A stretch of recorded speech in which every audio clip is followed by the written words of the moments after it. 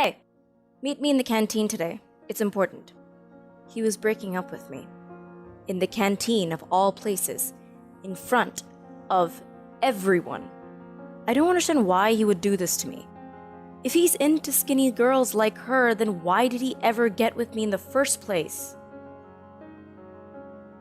I stood in the girls' changing room with my back to everyone, staring at the brick wall in front of me while all the cute girls were getting dressed behind me. This was the worst time of the week, every week. But this time, it was even worse. I put one arm into the sleeve of my shirt. Then I squeezed in the other, when suddenly, rip. Oh my God. I couldn't believe it. My arm had just ripped through the seam of my shirt because they'd gotten so big. I continued to stare at the wall. I didn't take a single breath for what felt like a lifetime as time stood still, when the silence was broken by the sound of the girls giggling behind me. My heart dropped into the bottom of my stomach and I felt sick. I turned around and looked towards my only real friend there for assurance. And as I made eye contact with her, I saw her quickly try and stop laughing and keep a straight face. I felt like the whole world was there to witness my humiliation, when really there were only 6 other girls in there. I quickly had to get the attention away from me being so fat, so I made up an on-the-spot joke. Ugh! There goes my useless mom again, shrinking my clothes in the washer, I said. Yeah. A couple of them replied, but I could tell from their expressions that they weren't buying it. I then went to my usual defense mechanism and tried to join in laughing with them, even though I was crying inside. I knew I couldn't keep it together for so long, so I turned back to the wall to hide the tears that slowly rolled down my face as I changed back into my gym clothes. After this, I quickly got dressed and edged my way to the door, making sure not to make eye contact with anyone in there. Like I was invisible. This is something I taught myself as a kid, and it's stuck with me ever since. A bit like, if I can't see them, they can't see me. As soon as I was out the door, I ran down the corridor and into the bathrooms, locking myself in the cubicle and sitting on the closed toilet seat. I was ready to make myself feel better, the only way I knew how. By eating. I reached my hand into my bag and pulled out a bar of chocolate. The feeling I got while holding this crisp wrapper in my hand was instant joy. I knew it was about to enter my mouth, and it couldn't happen soon enough. Then, in a blink of an eye, it was unwrapped and gone. But as soon as the chocolate was gone, all of the sad feelings would return. I left the bathroom in my gym shirt feeling so humiliated. Everywhere I looked, there was another set of eyes that seemed to be looking at me. Did everyone know what happened? They knew I was a fat girl who couldn't even fit into her own clothes anymore?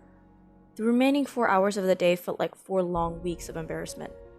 Every class, someone else was there to ask, "Hey, where's your shirt?" As if they didn't already know what had happened. At the end of the day, I approached my boyfriend who was standing with his friends. I needed his love right then. But as I got to them, they were all laughing and stopped as soon as they saw I was there. I couldn't believe it. I turned around and walked the long, humiliating road home, knowing the only thing that was going to make me happy was my fridge. The first thing I did when I got inside my house was go to the kitchen, scouting for food. The more I was replaying what had happened in school, the more I ate. I felt like I was trapped in an old school horror zoetrope, and every spin it took meant another mouthful of food. I could hear the rip of my shirt, their laughs and cackles. I could picture their faces spinning around, knowing one thing for sure, that I was going to eat the pain away. One large bite after another. I went to the fridge and took out a large bottle of soda and began gulping. And before I knew it, the deflated bottle was on the counter beside me. I knew that I was eating, but I couldn't see the damage I was doing to myself. Yep, that was me, the story of my life. I was that big girl in class with pimples everywhere on her face, trapped in what seemed like a world of beautiful people. When you spoke to me in school, I would either look at my shoes or look right past you and talk, doing everything possible to avoid eye contact. I was picked on constantly throughout high school, which ruined my self-image. Heck, even one of my brothers said mean things to me. "Here comes the whale," he'd say among other mean nicknames. I didn't like how big I was. In fact, I hated it. But the only way I knew how to cope with my feelings was to eat. The only two things I had in life that made me happy were food and my boyfriend. I spoke with my boyfriend every day, both at school and then we'd text when we got home. He was my rock. I didn't have many friends, so he meant a lot to me. But after the shirt incident, things seemed different. A couple of weeks later, I got a message from him. "Hey, meet me in the canteen today. It's important." He was breaking up with me, in the canteen of all places. But for some reason, I didn't feel like eating. He told me it had nothing to do with me, that he needed to figure his life out before we graduated. He lied. The next day, I found out he was going out with a girl in junior year. Naturally, I felt the need to compare. She was smaller than me, prettier, and smart too. I wished the world would just swallow me up. But instead, guess what I did? I ate. I not only ate heavily after school, but I started buying 3 full cases of chocolate from the store, and I would snack on one whenever I felt stressed out. I gained 50 pounds in a matter of weeks, but looking in the mirror made it look like 100. I had my graduation coming up in weeks' time, and there was nothing I would be able to do about it. The day of my graduation, I put on my gown at my house and looked in the mirror. All I saw was disappointment staring back at me. What made it worse, I saw my ex there, and he looked so smart. He looked at me in disgust, and I did what I always do. I looked to the floor and pretended I hadn't seen him, just hoping I would become invisible. Looking back on this makes me hate what I let myself slip into, but I'm so glad it's not that way anymore. What changed? Well, it started when we moved to the States a few years ago to go and live with my third oldest brother, who was a staff sergeant in the Marines. When we moved in with him on base, it was my first time seeing so many men and women in uniform. Not only did they look sharp, but they would walk around carrying their last names with pride. I was in love with the uniform and wanted to look that good. I wanted it so bad, but a part of me doubted the fact that I would be able to lose weight, and I was so embarrassed to ask anyone for help. I started doing YouTube Zumba late at night when it was lights out. I made sure to turn down the volume so I wouldn't wake my parents or my brother. It was hard, but I was going to get through it. I'd done it for weeks and decided it was time to weigh myself. It felt good, stepping onto my scales 1 foot at a time, expecting to be at least 10 pounds lighter.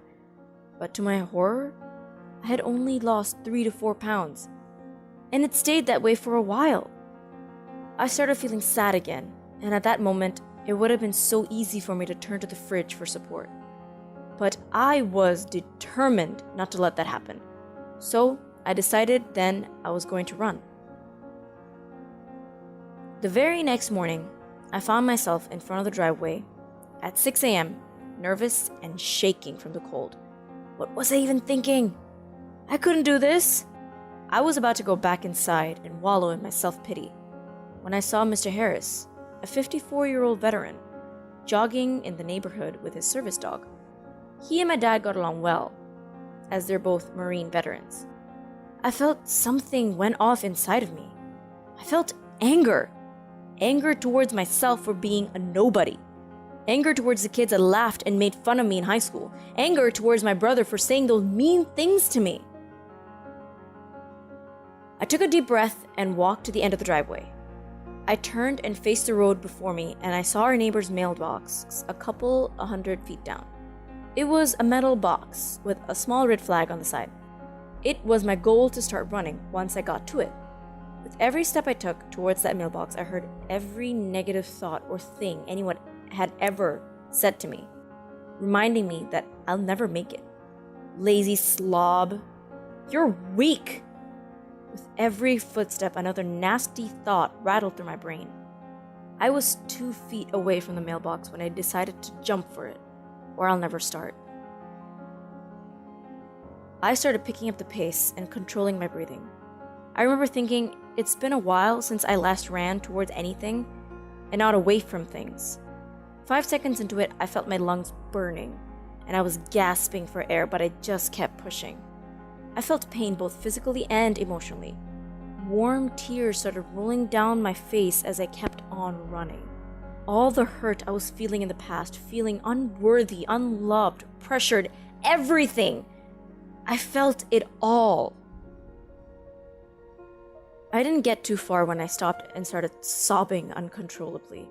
There was no way I could stop myself from crying. Fearing that the middle schoolers waiting for the school bus would see me, I walked towards the park. I sat down on the cold, wet bench and just let it all out. It took me an hour before I could finally stop. I picked myself up and went home. The next day, I was out on the driveway by 6 a.m., determined to do the same thing as the day before. This time, I would go further. I ran and thought about my problems and thought about life to get my mind off of the fact that my lungs were burning and I felt like puking. I repeated this every day until running didn't feel so much like a chore anymore. I wake up, excited to get ready to go running. It became a little private therapy session. I lost a lot of weight and I felt better every time I went back home. For the first time, I learned to love myself. All it takes is one step at a time. Now that I know that I can do it, nothing can hold me back. The past does not define me. The future seems brighter than it did before. I guess the family that owns the mailbox knew that I was using their mailbox as a starting point. They painted it green a couple months later. I found it symbolic. Green means go.